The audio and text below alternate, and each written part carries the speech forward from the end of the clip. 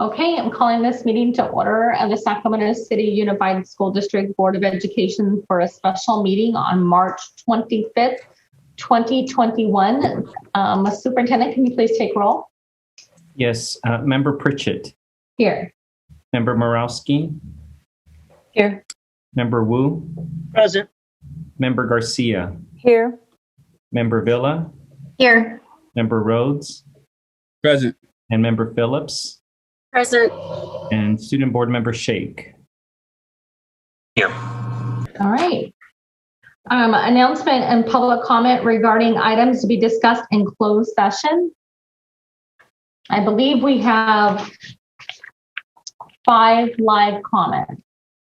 Yes, President Pritchett, that is correct. And I see 4 of the commenters online, and the first is John Myers. Perfect, thank you.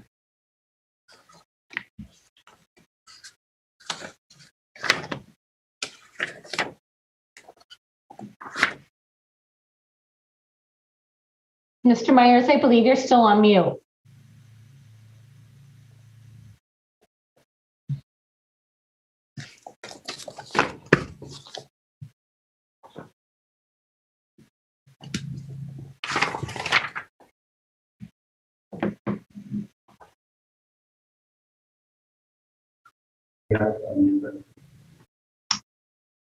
We're asking him to unmute. Yes. Vincent, do you have a way to unmute him? I can't from my end. I can just ask, and I asked. Okay, thank you.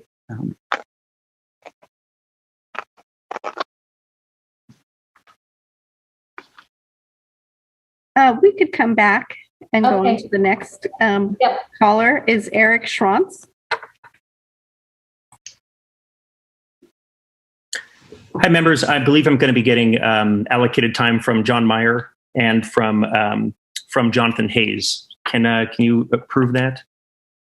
Oh, okay. So you have 2 other individuals that Right. have given you their time. That's correct. Yeah. Okay, then that's a total of 6 minutes. Go ahead, Mr. Sean. I'm only going to need a few. So Okay. Superintendent Aguilar and board members, good evening. My name is Eric Schranz, and tonight I want to introduce a new group, SCUSD Students First, Parents for an Open and Equitable Education.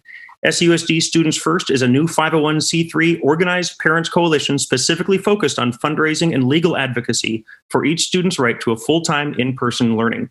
Our singular goal is to safely return Sac City Unified children to 5 days a week, full-time in-person learning in accordance with the law and as quickly as possible. Students First specifically asks that this board not adopt any agreement which is limited by 6-foot classroom distancing, as we will show that the law specifically prevents districts from using the now arbitrary 6-foot restriction. And we also ask the board set a special meeting for next week specifically to review the district's plan to return to 5 days a week in-person learning. Students First wants to thank the various entities involved for their efforts over the last year to educate children in the district under such challenging and variable conditions. But as so many parents outlined in the March 18th board meeting, public comments and letters, our children continue to suffer adverse academic, social, developmental, and mental health effects from the extended failure to reopen our schools to the fullest extent possible. Students First is now gathering those cases, and the stories of what students have suffered without school are heart-wrenching. The district is required to fulfill its obligation to provide education under state law and under new health guidance, and as such, the proposed hybrid model must be considered an unjustifiable school schedule. The district is legally obligated to open grades K through 12 immediately for 5 days per week in-person instruction to the maximum extent possible. Students First is strongly advising this board to prepare for full-time in-person learning in a planned, organized way now. Doing so later will only add confusion and distress to the students and families who've suffered so much already. Under the previous California Department of Public Health guidance from January 14th of this year, the district needed only make a good faith attempt to provide 6 feet of distance between students and teachers. However, on March 17th of this year, San Diego District Court, Judge Cynthia Freeland issued a temporary restraining order preventing the state and school districts from applying or enforcing the 6-foot recommendation, as well as the 4-foot spacing requirement found on pages 23 through 24 of the California Department of Health's COVID-19 and Reopening In-Person Instruction Framework. In response to this ruling and the revised guidance from the CDC, the California Department of Health amended that framework on March 20th of this year to remove both the 4-foot minimum requirement and the 6-foot recommendation. The amended framework now advises districts, quote, maximize space between seating and desks. distance teacher and other staff desks at least 6 feet away from the student and other staff desks. Maintaining a minimum of 3 feet between student chairs is strongly recommended, unquote. The hybrid model the district is now proposing to operate in, which was developed to adhere with the old California Department of Public Health's January 2021 framework, no longer meets the legal requirements of opening schools to the greatest extent possible. The district may not deprive students of their right to an in-person education at the fullest extent possible, simply based on the desire of some families or staff who want to stay home. The district must therefore come into compliance with state law and any remaining legally valid policies and contracts. It must immediately refile a new COVID safety plan in which it gives notice of its intent to reopen grades K through 12 in full for the remainder of the 20 to 21 school year. It's noteworthy that public school districts and private schools in our own city and county have been able to provide in-person instruction for months, and many, such as Natomas and Dry Creek USDs, have begun full-time learning or have set plans to return full-time after spring break. Now the law is clear that Sac City Unified must follow suit. Again, SCUSD Students First strongly requests that the board not adopt any aspects of its MOU that restricts the district to the arbitrary and old 6-foot restriction. And again, we ask the board to please schedule a special board meeting for the week of March 29th, that's next week, for the review of the plan to offer K through 12 5 days per week in-person learning in accordance with requirements described above. Thank you so much for your time and consideration tonight. Thank you. And we have 3 more live comments. Yes, our next speaker is Maria Luisa Mbile.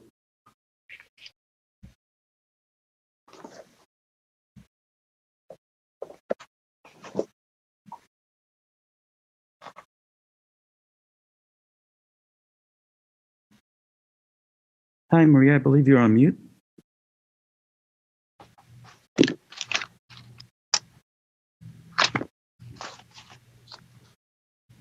Hello. Hello. Hi, I was meant to yield my time to Eric, but he's already read, so I'm good. Oh, okay. Thank you, Maria. Thank you. Our last speaker is Mo Kashmiri.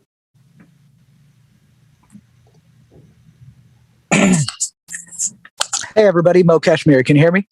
Yes, you can.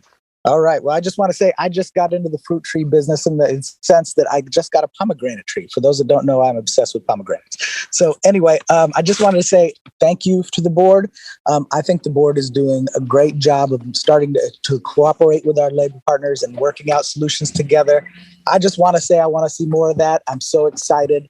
I know that there are some loud parents that really want school to be open 5 days a week for everybody immediately, but there's some logistical challenges to that. I'm concerned about like keeping, the huge number of students that want to keep their kids distance learning if they'd have to get new teachers.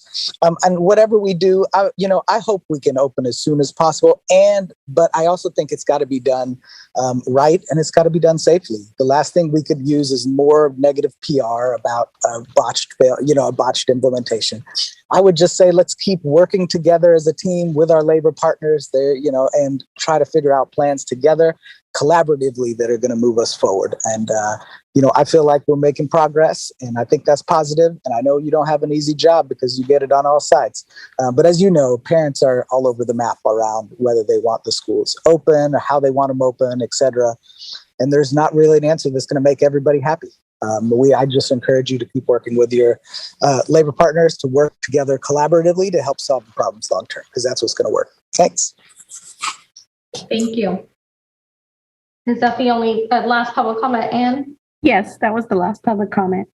Okay, we're going to move to closed session. I'll see you guys there. Okay, perfect. We're going to reconvene back into open session. Item 5.0, discussion and approval of memorandum of understanding between the Sacramento City Unified School District and the Sacramento Teachers Association dated March 20th, 2021 to safely reopen schools to in-person instruction and AB 1200 disclosure. Thank you, President Pritchett. I'm going to turn this over to our staff to give an overview of such MOU to our board, as well as to our community, and then, of course, open it up for discussion and public comment. Superintendent, if I can just take care of a technical item here. And there we go. Vincent, are you able to put the PowerPoint up for us? Thank you, sir. Good evening, President Pritchett, Board of Education, Superintendent Aguilar.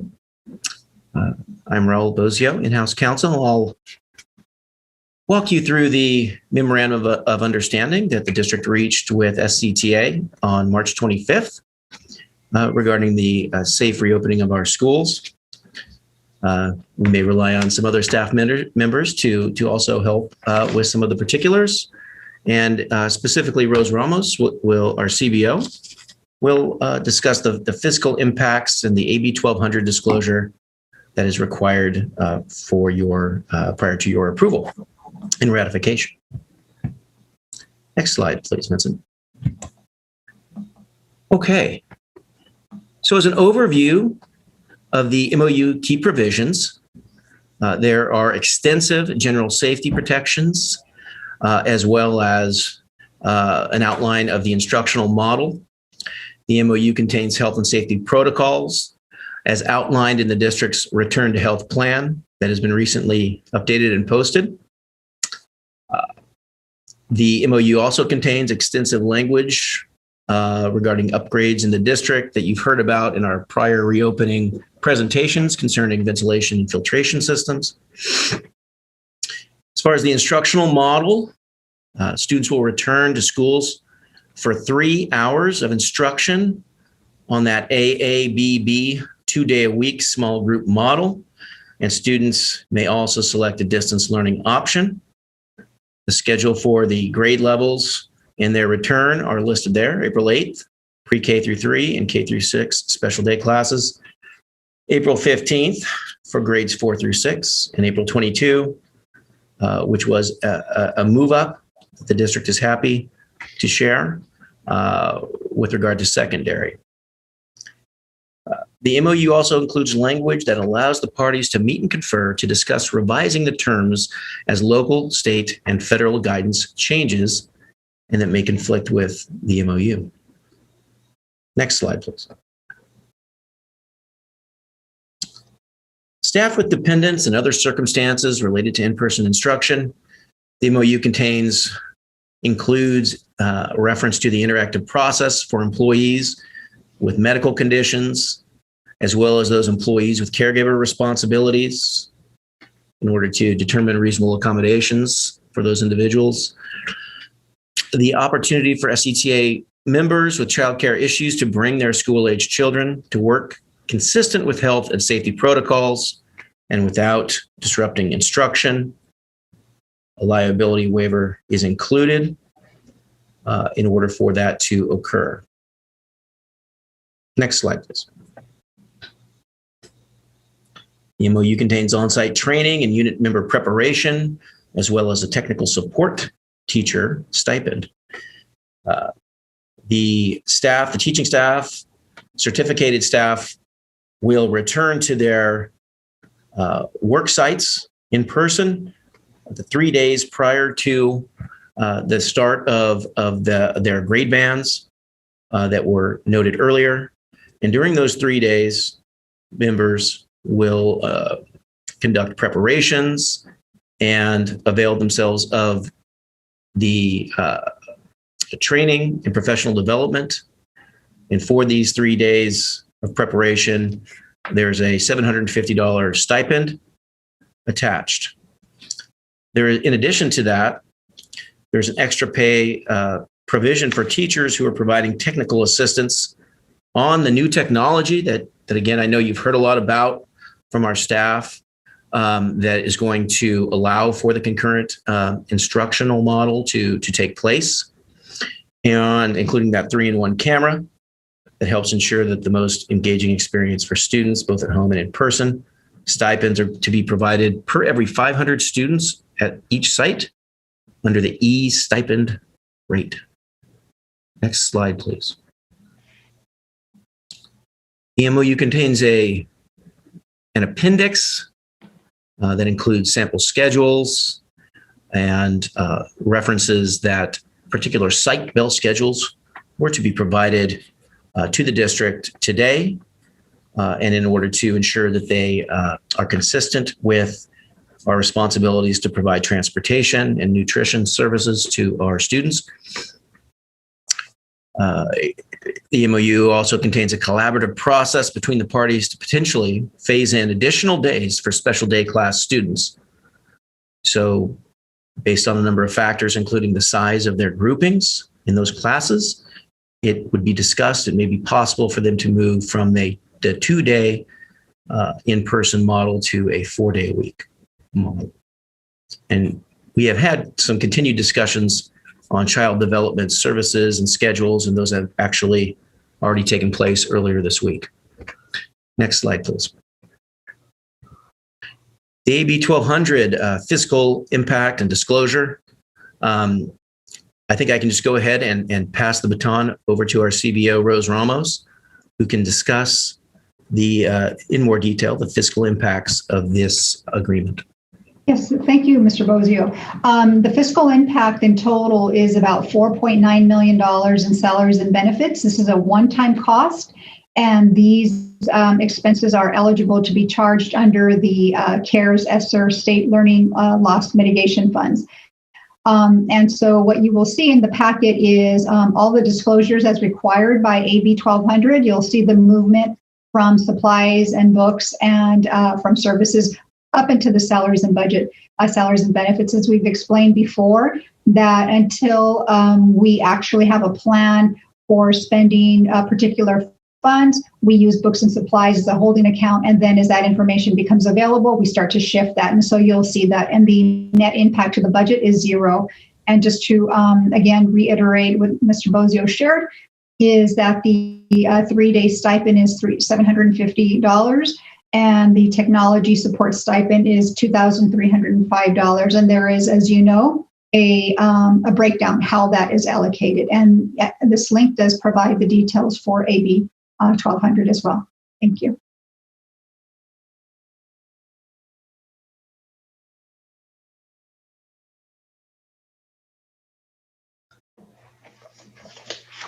Okay. I believe we have public comment. If I'm correct, Ms. Moretti, we have 9 live comments. Yes, that's correct. 3 of the speakers are not currently online, and our first speaker is Chris Hurd. Okay.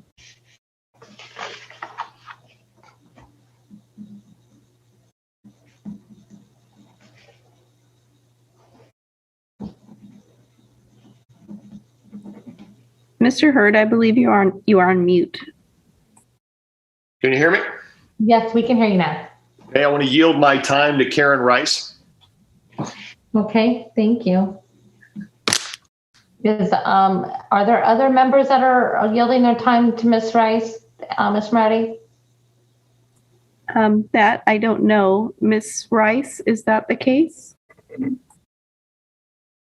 Is she on? Oh, yes, now she's on. Yes, thank you. I believe that Maria Hayes, Marco Martinez, and Kimpu Colts are also yielding their minutes to me.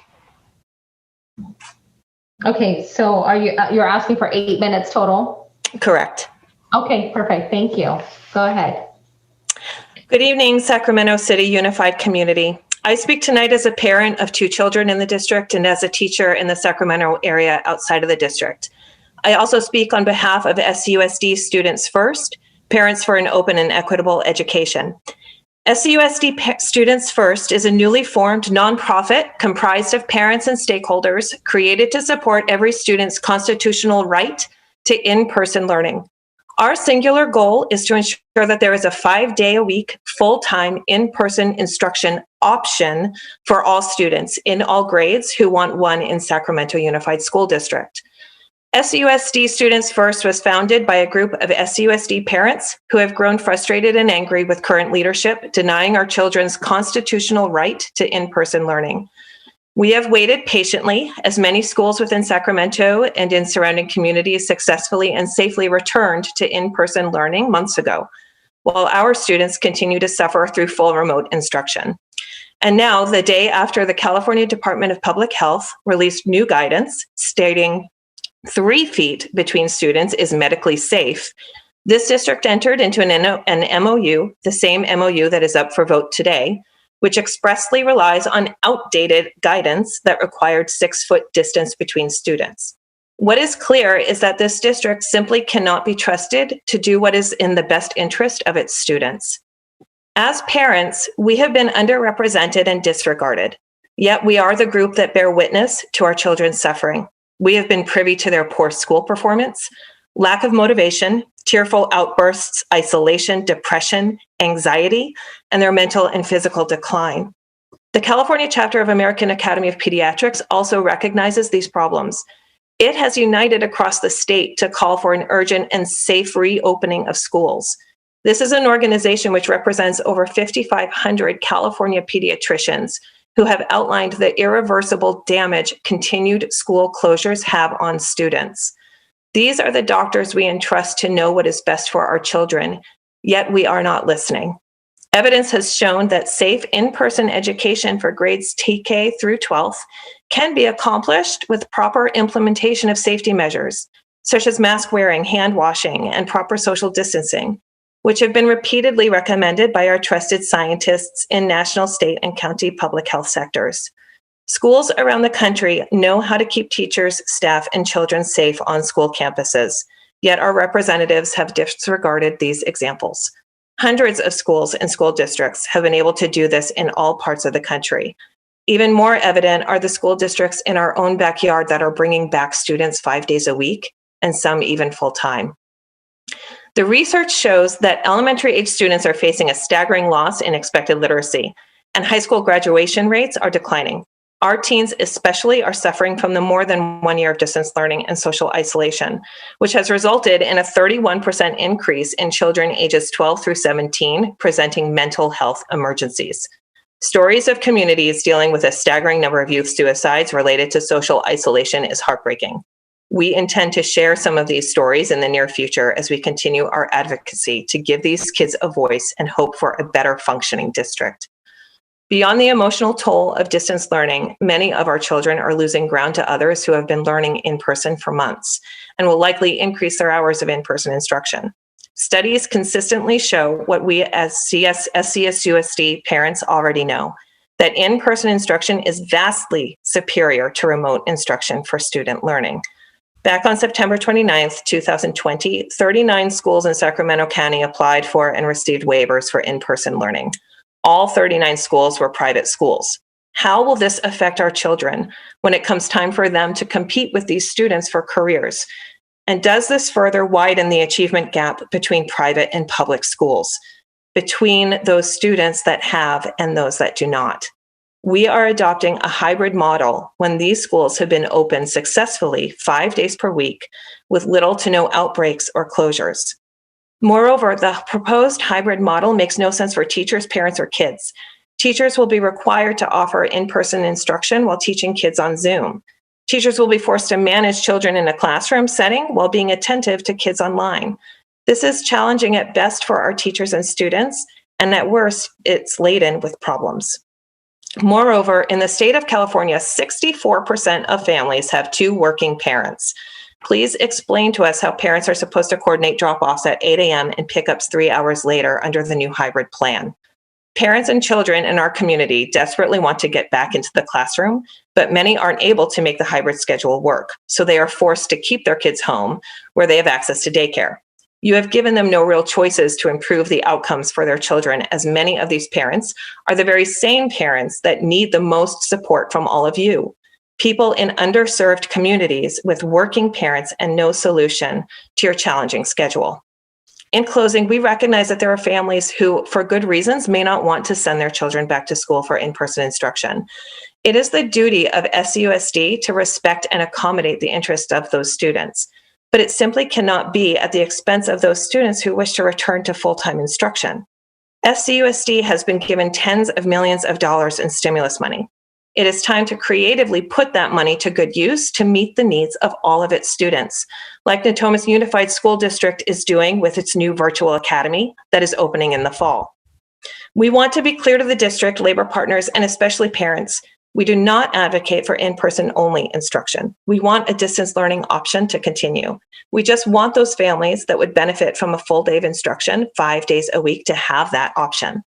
SCUSD Students First fully supports the district's continued collaboration with its labor partners, but that collaboration must be within the legal constraints this district must follow, and with the ultimate goal of serving the best interests of all students first. We ask that the community join our efforts in ensuring that the district reopen its schools for 5 days a week, full-time in-person instruction. Thank you. Thank you, Ms. Rice. Our next speaker is Jill Olmstead.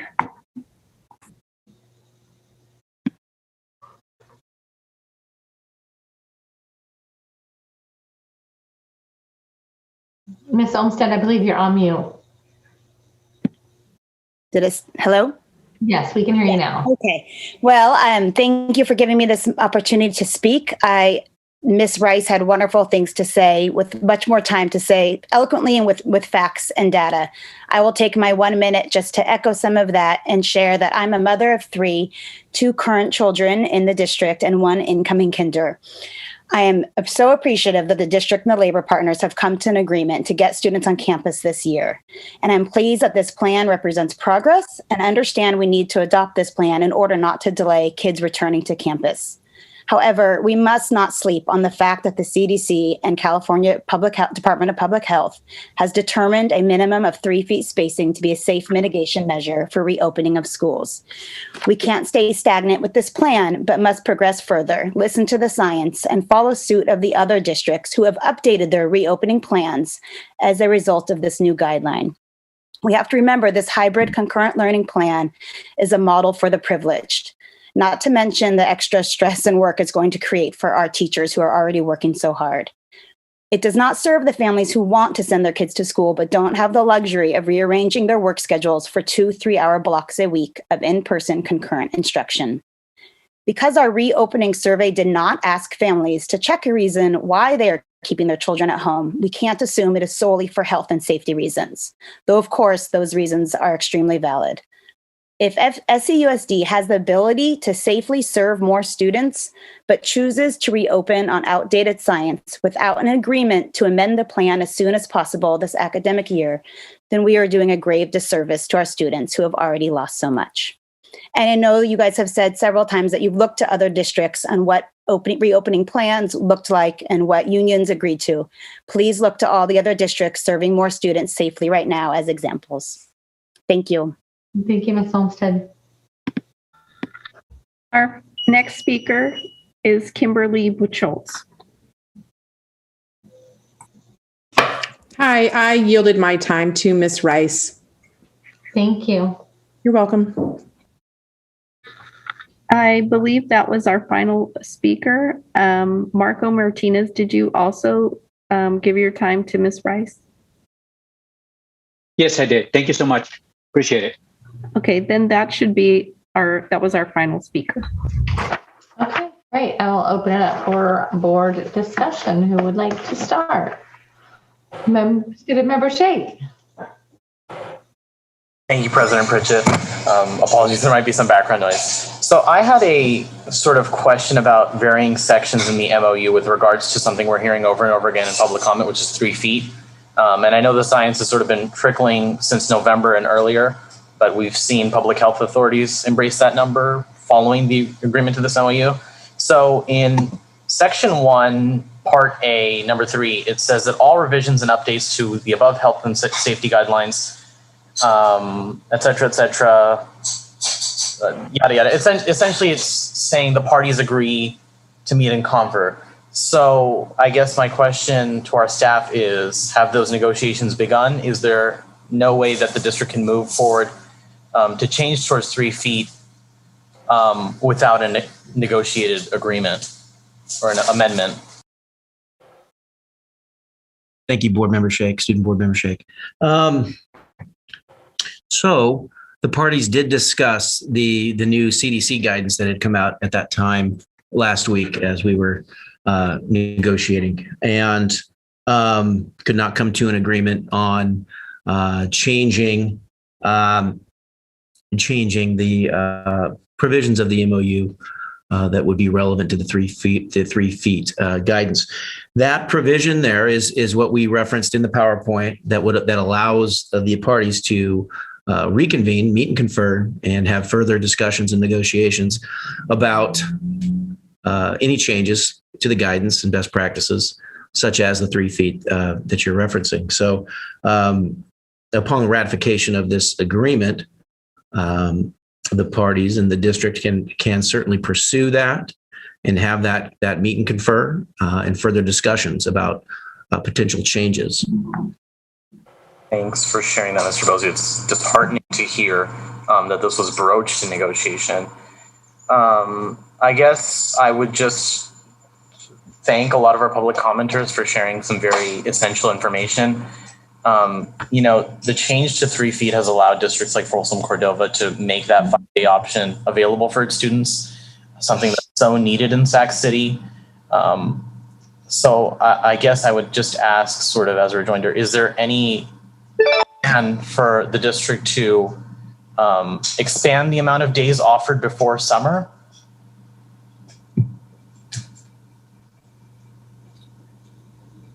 Superintendent, Mr. Bosio.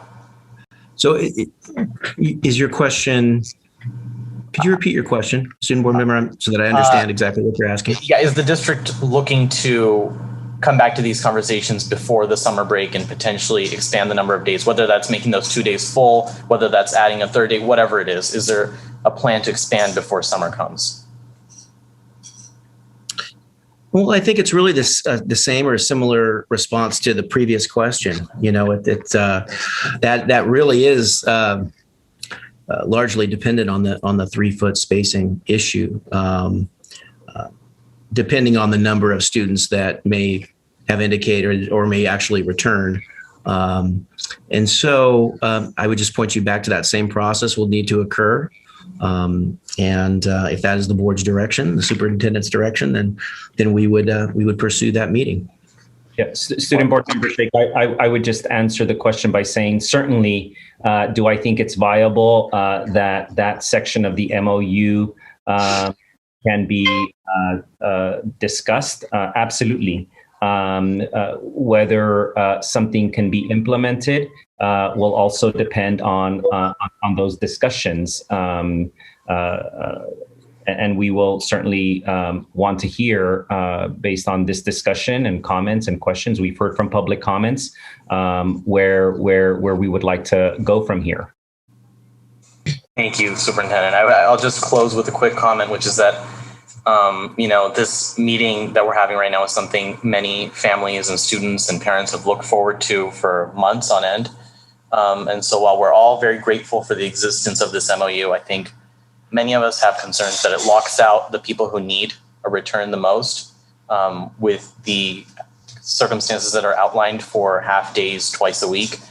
And so I can't help but, while I'm grateful for our negotiating partners and everyone who was in that room, I know it was painful for us to refresh the reopening dashboard every week. So I can't imagine what it was like inside those rooms. But I guess I'll have to say it's too little and too late. And for that reason, I'll be voting no tonight. Thank you, student member Sheikh. Any other board members? Member Phillips? Okay, so I'm going to speak for the folks who want plain English. And the plain English is that we cannot meet and confer until we have an MOU. When we have an agreement, then we can talk about it. So all the things that we want to change, try to work out 5 days a week, try to work out more hours, try to work out, less spacing between desks. In order to meet and confer and have that happen and have those discussions, we must have an agreement first. That agreement is the MOU. So I just wanted to make sure that, for the folks in the back and everybody else, that we have a pretty clear understanding that we can't do anything until we have an agreement. If we don't ratify this, and I'm talking to board members too, if we don't ratify this, then we would basically be putting ourselves, in jeopardy of having to go back and rehash and possibly moving the dates for starting. I don't think that's something that should happen. So we have to have an agreement. That agreement is the MOU, before we can go back and negotiate different things inside the MOU. I really hope that that's clear. I hope that everybody understands that. And I hope that the board is going to vote to ratify. Yeah, thank you, Member Phillips. Member Villa? I'm just going to say quickly, thank you, Board Member Phillips, for saying that, because that was something that I wanted to say, make it very clear what we are doing this evening. But also I want to make sure that we notate, thank you to all of the parents that are continuously emailing, calling, texting, public comments. Those are the conversations that we need to be having, and those are the conversations that we need to be listening to, because I'm a parent in the district. There's a lot of folks that are impacted by this. So this is important, just not only to certain families in certain areas, this impacts us all. So I appreciate everybody continuously speaking up. Don't stop doing it, please. Yeah, thank you, Member Phillip. I was going to say the same. Thank you to all of the parents that have reached out to us for sure. I have a couple questions. I guess, can you give us a little bit of history from our negotiations team on here? How long did it take to get to this model?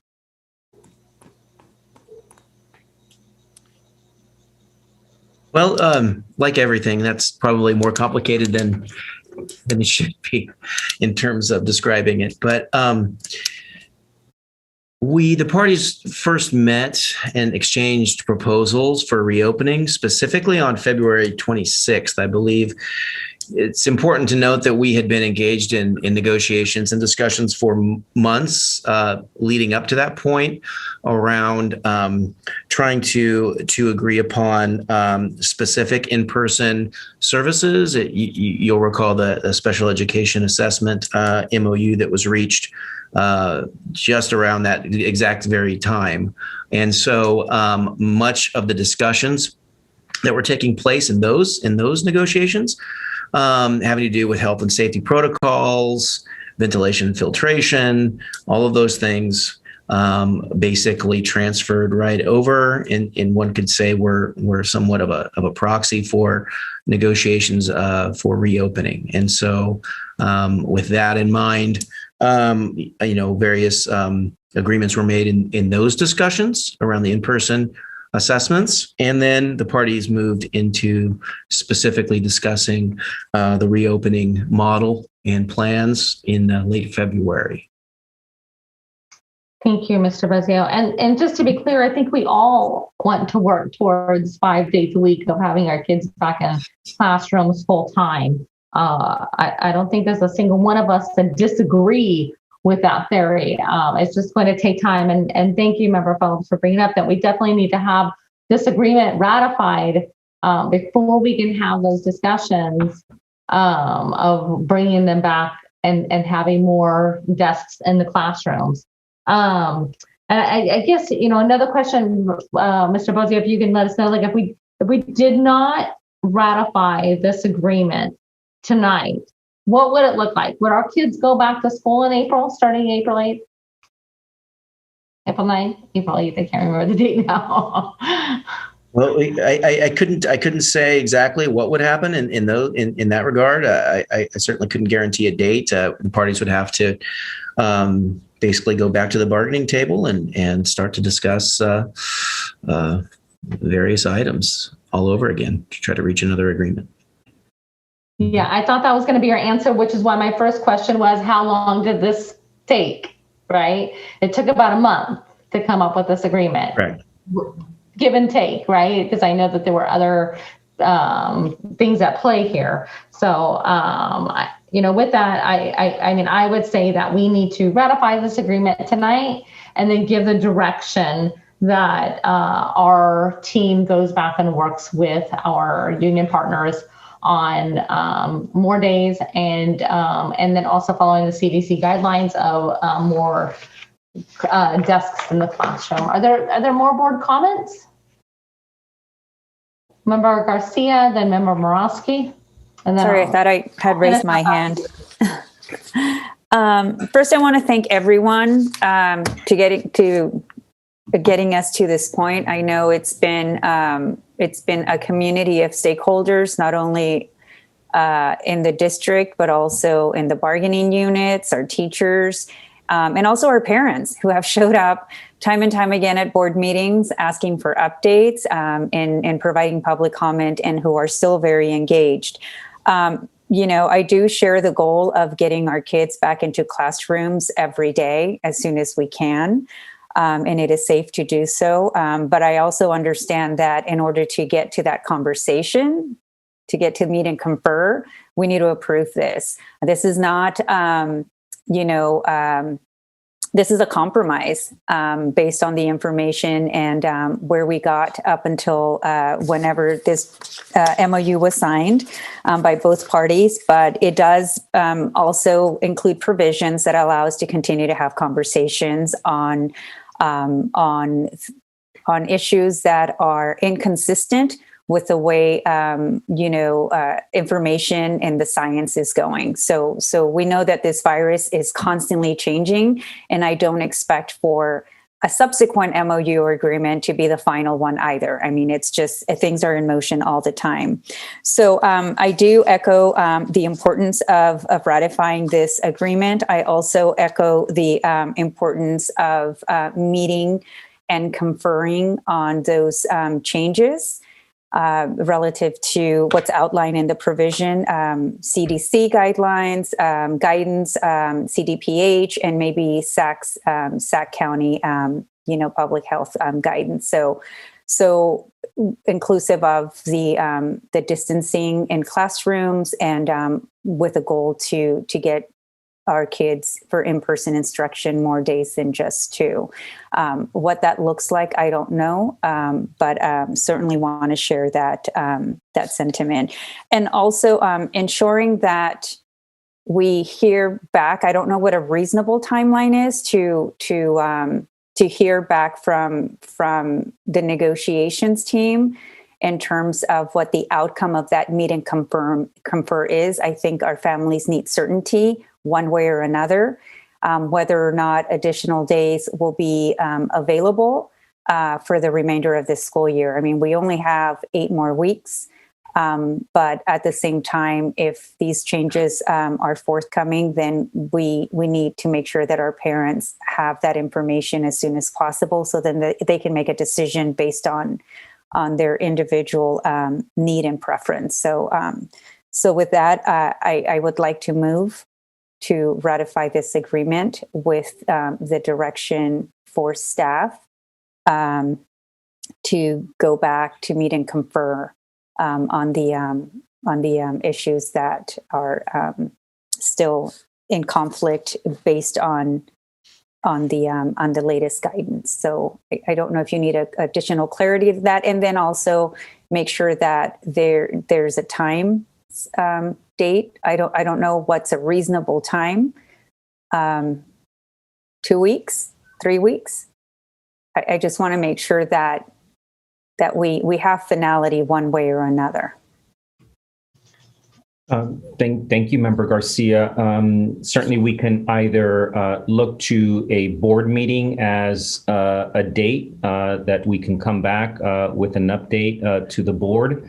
I know that the board was very committed, and our community was expecting us to have as a standing item until we reached the reopening date, a standing item, if you will, on such. We'd be happy to do the same with this, depending on President Pritchett's advice and guidance, and the boards as well. We have another board meeting on April 8th, as you know, and following that, it's on April 22nd. So we could certainly make a commitment to provide updates at those 2 board meetings. And perhaps I should have started with my questions. But you have a motion on the table right now. Do you want to retract your motion? No, I do not want to retract my motion. Yes. You're retracting your motion? Okay. I am not retracting my motion. Oh, okay. So the motion's on the table. So I welcome a second. Second. Okay, so we have a motion and a second. I know that there were other hands up to speak, but we need to work through this. If there's questions about the motion first before you speak on the agenda topic. So right now, because there's a motion and second, we need to take a vote. Is that the way that you guys want to go on this? Okay. Yeah. Okay. That's, am I correct, Dulcinea Raul? President Pritchett, I would like to hear the rest of my colleagues' statement. Okay, but I know, but there's a motion and a second on the table. So when there's a motion and a second on the table, we have to handle that motion and the second, and then we have to vote. But because, is that correct, Raul? Am I doing this correct? I just want to make sure. And I still take comments, but Dulcinea, you want to handle that one? Sure, President Pritchett. You, to the extent you want to allow discussion, you are correct that typically the motion and the second, the motion would be addressed. To the extent you want to essentially pause the motion to allow for the discussion to happen, and then the motion can be renewed if Member Garcia wishes to do that after the motion is, after the discussion occurs, so that the board members can continue their discussion if they'd like to do that. So then Member Garcia would need to retract her motion and then re-motion after we hear the comments, correct? Correct. Okay, I wanted to make sure I had that correct. I've been studying it and I thought I had it correct. So I will retract my motion for purposes of continued board discussion. Okay, and then I think Member Phillips had a second. Do you retract your second? Absolutely. Okay, all right, thank you. Okay, so I'm sorry, I didn't see whose hand up was first. I thought it was Member Morowski. And then Member Rhodes, did you have your hand up? Okay. Is Board Member Shea, yeah. Member Morowski first? Morowski first, and then I. Member Shea? Okay. Thank you. I also just I appreciate the continued discussion. I wanted to be sure that Member Garcia was finished with her questions. I did have a couple. Oh, yeah, I did have a couple of questions I'm happy to wait. On the. Thank you, Board Member Morowski. On the childcare issues, there was in the MOU there was language that a meeting was to take place on March 22nd. So I just want to know if there's an update on that you could share. And then a related question to, so I'll just leave it at that. Yes, that meeting regarding child development did occur on Monday. And various details around the schedule and some of the particulars on how those programs would work were discussed. And we're kind of going through the process with SCTA just to make sure that we're confirming that we're in agreement on some of those particulars that we're hoping to kind of wrap up some of the details there. Mm-hmm. So we'll see a separate MOU for that particular issue?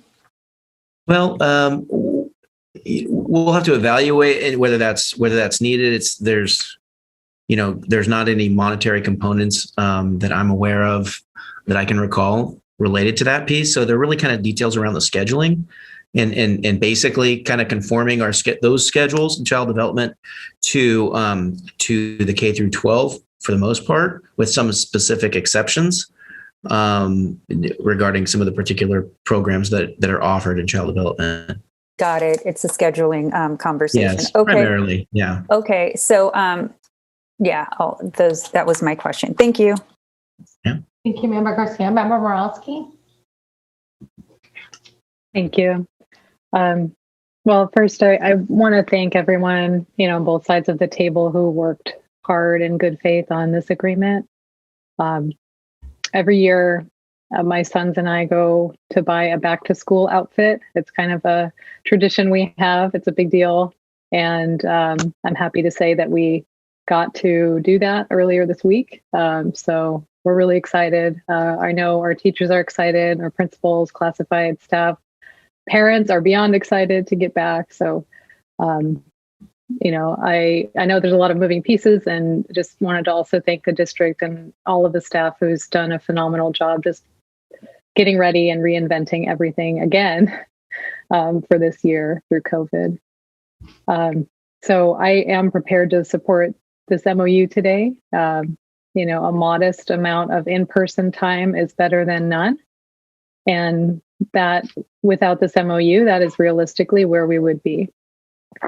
So we would have uncertainty, and we would not have a date to get back.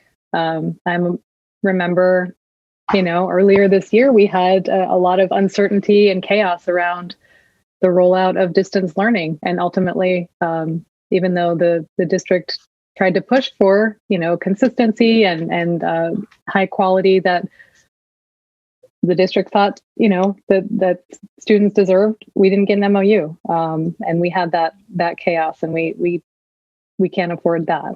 We have an MOU to get back. It's not everything everyone wants. It's a start. And I have said in prior meetings that we need to stay focused on everything we can do to increase the quantity and the quality of in-person instruction in accordance with public health guidance. And as I said at the last meeting, the 6 foot, you know, kind of gold standard on distancing is what was basically keeping us in hybrid.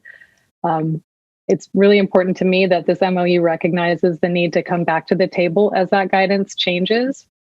And echoing Member Garcia, in that guidance will constantly be changing. So we need to make sure that we can be flexible. And, you know, I think a lot of us recognize that this physical distancing standards have been loosened. This will allow, in many cases, all or most or all of our students who want to go back more days a week. It's a wonderful thing. I know a lot of our teachers, you know, want to see their kids in class, want to see their work, give them feedback. Parents certainly want that. And I just wanted to be really, you know, really clear about the MOU states specifically, if any provisions contained in the MOU conflicts with revised or updated guidelines, best practices, recommendations, or considerations from Sacramento County Public Health or CDPH, California Department of Public Health, the parties agree to meet and confer. So it's my expectation that the recent changes in guidance and best practices from CDC and CDPH, and I'm not sure about Sac County Public Health yet at this date, but the state and federal guidance certainly conflicts with the 6 foot of distancing that is in the MOU. So consistent with the MOU, I expect that all parties will return to the table to address the changes in guidance that will allow more kids in the classroom. And I just would ask that everyone do so with the same urgency that all of our parents feel to get our kids back in the class more days a week.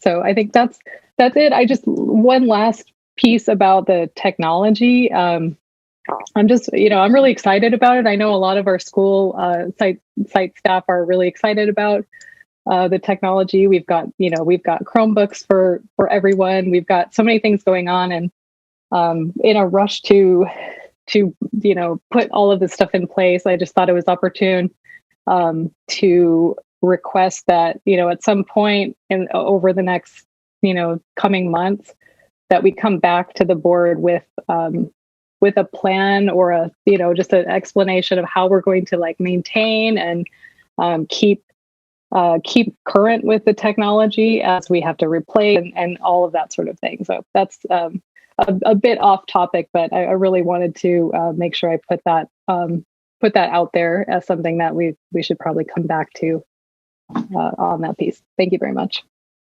Member Morawski, if I can just interject very quickly, only because I actually had a meeting on that topic today with staff. And I do want to make very clear to our board and to our community that the infusion of one-time funds has in fact allowed us to address many of the technology gaps that have existed in Sac City for a long time. So by no means would I ever suggest that what you're seeing today in terms of new technology for our students and our staff and everyone else is the result of a 5-year strategic plan around instructional technology or anything like that. We probably would have never predicted that we would be nearly 1-to-1, in some cases 2-to-1, in the course of about a year. Our challenge, in fact, is that as we were to think about refresh rates, if we were to say, for example, right now that we would love to give a 4th grade student a computer that we would refresh when they start 9th grade, for example, that would be an example of something that we would want to do. We don't have the ongoing funds to ensure that could be actualized. We're aware of it. And we're thinking through how we make a commitment today that shows the value of those investments and still be prepared for the time that those computers need to be refreshed. At the moment, we don't have that kind of structure, as you know, but we are thinking about how do we make sure that we take those things into consideration and not get to a place where those computers are no longer useful in a few years from now. So this is not part of a long-term strategy around that. We would have to come back and think through that very carefully. Thank you.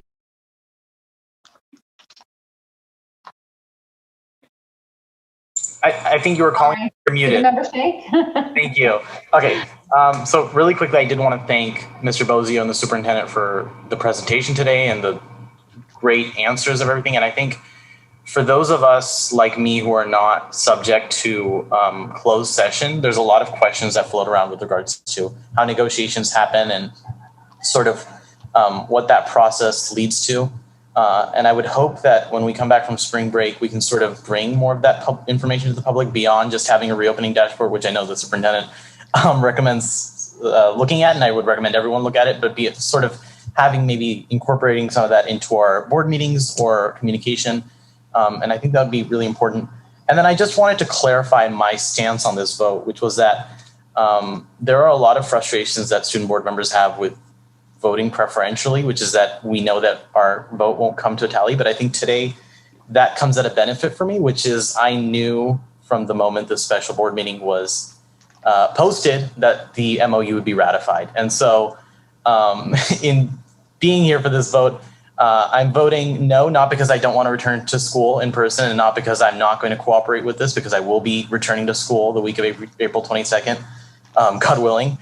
And so I'm excited for this MOU very tepidly, but I do want to emphasize with my symbolic stance, which I'm allowed to because I don't count towards the tally. But I do want to basically say at this point that there's a lot that needs to be changed here. And there's a lot that's behind the times. And a huge part of our screwing up over the COVID response has been working on science that applied yesterday, but not today. And I think that I'm excited to see what our staff reach in the coming discussions that are outlined in this MOU. And so thank you. Thank you, Student Member Sheikh. Very well said. Are there any other board discussions before we take a motion?